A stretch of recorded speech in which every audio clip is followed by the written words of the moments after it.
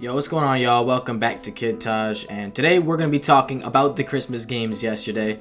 It was ridiculous. I mean, it was honestly a great Christmas Day game schedule, and the games were fantastic. But specifically, you read the title, we're going to be talking about Steph and Curry. Now, there's so much to get to, and I'm going to start with reviewing the Christmas Day games. We had 5 games. It started off with Knicks at Celtics, Celtics at Knicks. That game went down to the wire. The Knicks made a really good push at the end, but it just wasn't enough. Avery Bradley had a clutch-ass defensive play on Carmelo Anthony at the end to seal the game, basically, and the Celtics got the W in the first game. The second game was by far the best game of the day, though. Warriors in CAVS, Cleveland. It was a fantastic game because, it was back and forth a lot, and then, getting to the second half, it looked like the Warriors were making a push, trying to get out and win that game. And they were up 14 in the fourth quarter. Cleveland with a hell of a comeback. Richard Jefferson with some crazy dunks.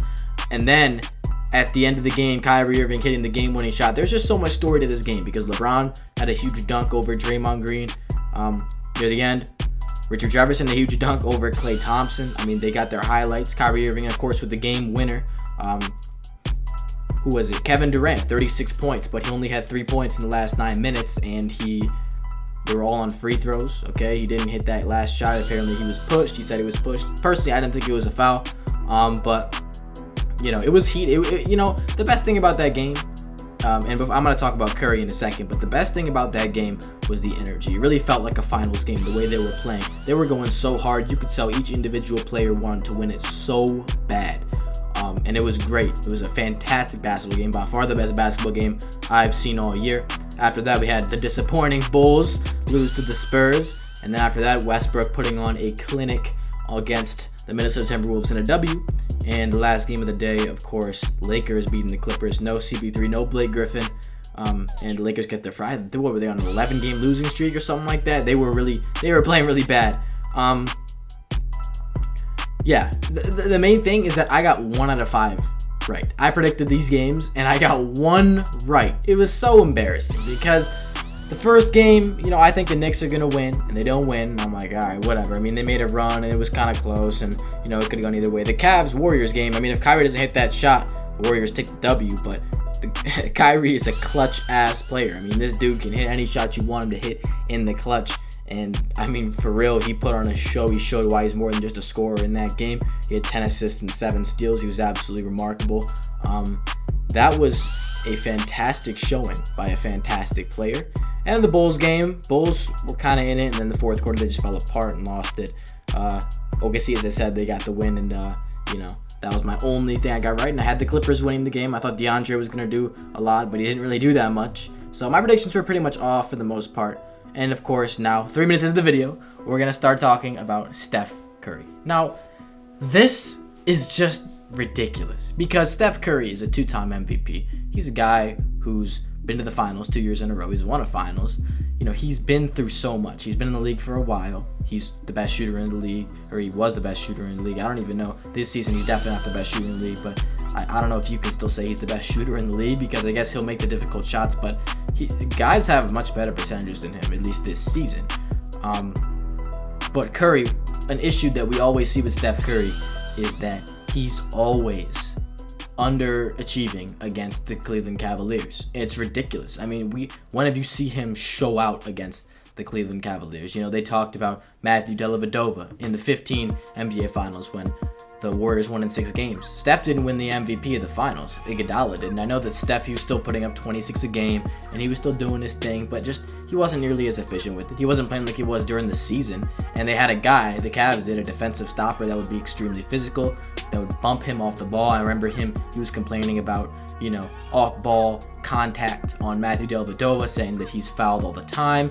I mean, that's something that a lot of teams don't really exploit because what the Cavs do to throw off Steph Curry. A lot of people think that Steph Curry can't do anything about Kyrie Irving. A lot of people have this misconception that Steph is always he's always deferring, like he just can't play against Kyrie Irving. And it's just not true. Kyrie didn't even guard Steph. This game he was guarding Klay Thompson. I don't even know if Steph guarded Kyrie, but I know Steph was out of the game at the end.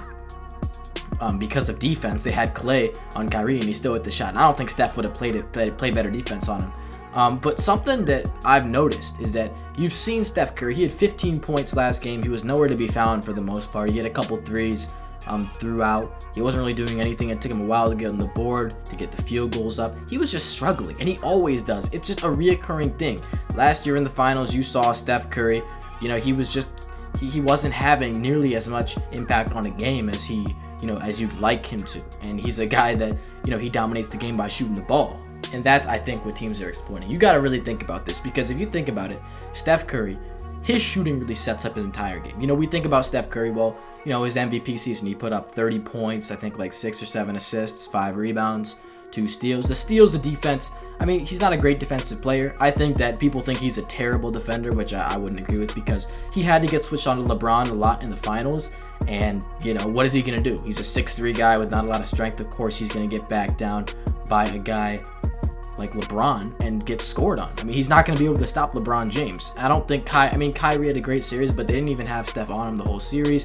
He was doing his thing. Kyrie's just a difficult shot maker. I don't think Steph's defense is as bad as people say. However, I don't think he's a very good defensive player either. So, he can get his steals, and we know that he can get steals, but his assists, they used to be better. They're not as good as they used to be. That's probably because he's not handling the ball as much. You got Green and Durant, who are guys that have the ball in their hands a lot. But I think that Steph Curry, when he was getting a lot of assists, they were really set up from his passing and his drives. Driving kick offense, the Warriors are a ball movement team, and Steph Curry can get a lot of guys in the air. He can get by guys just because guys close out hard on his shot. If he's outside, he's open. If you're guarding Steph Curry, you want to get out there as fast as possible. The pump fake is just such an underrated move in today's NBA. It's so used, and Steph Curry uses it fantastically. And that's not taking anything away from a guy, but the main point here is that I'm saying that his offense, all of his offense, is set up by the fact that he's an amazing shooter. The fact that he can get to the basket, yes, he's got a great touch, but he's not the fastest guy, the quickest guy, or the strongest guy. It's not why he's such a good finisher. It's because he's able to get into the paint, but with the use of his jump shot, because he can get guys off balance, he can get guys to overcommit and get to the basket and use his great skilled finishing ability to put the ball in the basket. But it's not like he's getting contact and stuff like that. So the main point here is that Steph Curry's shooting sets up everything. That's the root of the problem. People have all these matchup problems. You had it last year when Steph Curry was the MVP. You didn't know how to guard Steph Curry. He was putting up 30 a night, and you couldn't do anything because he's such a good shooter. Well, what you got to do, the root of Steph Curry's game starts with his shooting. So that's the first thing you got to take away from him. They have a guy, the Cleveland Cavaliers have a guy, whether it be Matthew Dellavedova in the 15 season or DeAndre Liggins. That's the guy you saw. They have a defensive stopper. Go full court press on Steph Curry and deny him the ball the entire game. This is like an AAU thing, because I used to play AAU, and teams would do this to me, and it was so frustrating. My teammates, they weren't always, they were ignorant sometimes. They didn't pass me the ball if I wasn't open. A lot of the time, they didn't try to look to go out of the way to give me the ball, but that's what they got to do for Curry. But when you got such great scoring options in Durant, they went Durant all game because Curry was being full court pressed. He was being denied the ball. He couldn't do anything. He couldn't get open. And even if he was a little open, there were better options. He had a great defender guarding him in DeAndre Liggins, and it was just better not to run the offense through him. But they took away Steph Curry, and they do that. You'd see in the 16 finals, Iman Shumpert was doing that same thing. You'd have guys hounding him. And what the Warriors did in the finals in the 16 season is, they tried to get switches so that he could have Curry on Thompson. A lot of people say Kyrie Irving, he's a good defender because he was locking up Steph Curry, but I totally disagree. I don't think Irving was on Curry for nearly as much as you'd think. They were using, the Warriors run a team offense, of course. They're trying to get switches, and if Curry has a switch on Thompson, they try to utilize it. And that never worked. You saw Thompson on Steph Curry, and Thompson did a fantastic job on Steph Curry all series. And it's not like you consistently had one defender guarding Steph Curry. It was definitely a different group of guys. You had guys, guy A, guy B, guy C on Steph Curry, and they weren't always running the offense through Steph Curry as well. And he was shooting some contested shots, I'd say.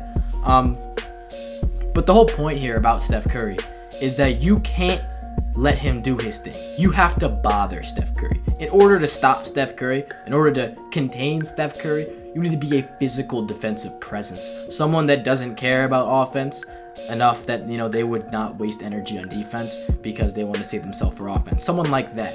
You know, you need a guy that's out there to play defense. On the Spurs, you have a guy like Jonathan Simmons. That's the perfect guy to put on a guy like Steph Curry because Jonathan Simmons is out there to defend. He's a tenacious defensive player, and he will bump Steph Curry off the ball. He'll deny him the ball. He'll run through screens. Like, you need a fast, strong, defensive-minded player that can just hound him. And, you know, you have a lot of guys in this league that are good defenders that aren't necessarily, you know, that physical. And that's a big reason why Steph Curry is able to light people up, is if you're not bumping him, pressuring him, and he will get some foul calls off you. But the key is to do it when he's off the ball. You're a bruiser. In NBA 2K, it's a bruiser. Like, you drain his energy by bumping him a lot. You know, they have that shit. Guys like that. Like DeAndre Liggins was doing that. Iman Shumpert could be that guy too. Delly was doing that. And you saw when the Warriors played the Bucks, Delly did a good job again on Steph Curry and forced him into a bad shooting game. When they played the Grizzlies, Tony Allen is that guy. Every team, a lot of teams have a guy like that. And that's what you need to do. In order to stop Steph Curry, you got to have a guy that's tough. You got to have a guy that's pressuring him off the ball, running through screens, doing everything he can just to slow down Steph Curry. And maybe this won't always work. You'll get a bad game out of Curry, but, you know, you get lit up by Durant or Clay or something like that. And honestly, you know, you're just going to have to make a decision there. I mean, what do you want? You can have guy A kill you, guy B kill you. You can contain one or the other, and the Cavs they decide to contain Curry. You know, the offense runs through him a lot, but, you know, this year Kevin Durant's been a better player than Curry. It worked out in the end. You know, they didn't go at Durant like that. They didn't just try to get the ball out of Durant's hands. That would have been a much tougher task just because Durant is just so much more versatile. He's more athletic. He's bigger, taller. He can do a lot more. I think more, you know, all-around, well-rounded type offensive player. But Steph Curry, you know, you got to take away his shooting. You got to stay with him always. Make him create shots for himself. But you don't leave him. You never leave him space. Giving Steph Curry space is the easiest way to get lit up by Steph Curry. And they will throw hella screens at you, and that's going to suck. But if you're strong, if you're tough, you can get through those screens and you can still stick with them. That's why it's got to be someone like that. You can't just be fast and quick because you might just get hammered by those screens. The Golden State Warriors love to set those off-ball screens to get Steph Curry wide open for threes. And DeAndre Liggins is a strong guy. I mean, he can get to those screens. He knows exactly what to do in order to follow him around. They're looking for Curry all game to get an open shot. And I think teams are starting to figure this out. I mean, Steph Curry's not having the same season that he had the last 2 years. He's not going to win the MVP. His shooting percentages are way down. He's just not that same guy right now. And I think it's because teams are starting to figure out, you know, that what the Cavs did in the finals, you know, what they're doing to him and what they're still doing, what they've done. They have a guy, whether it be Dellavedova, Shumpert, Liggins. They have a guy that just hounds Curry off the ball. And, you know, they don't always do it because it's draining. If you have a guy that's important to the offense, then you might not have a guy full court press. But if you have a guy like that in the game at the time, you're going to want to do that. If Curry's, you know, doing something to you, if he's hurting you. And I also think that a reason why they didn't do it in the finals as much in 16 is because they didn't have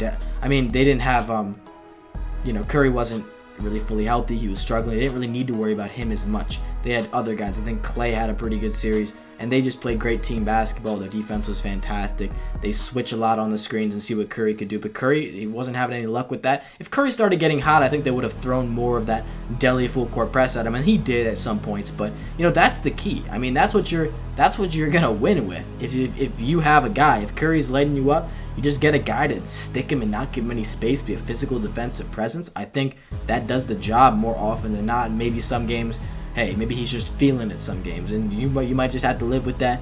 But this is a good strategy. I think that people are gonna look into this, and I don't see any reason why, you know, you can't hold them. And maybe teams around the league are actually doing this. That's why Steph Curry is really not having that good of a year this year. I don't know. Let me know in the comments what you think about this. Why you think Curry's struggling against the Cavs. Or maybe in this year in general, he hasn't been that same guy, that's for sure. And yeah, like it up, comment an idea down below for a video. Subscribe if you're new. I'm out. Thanks for watching, y'all. Peace.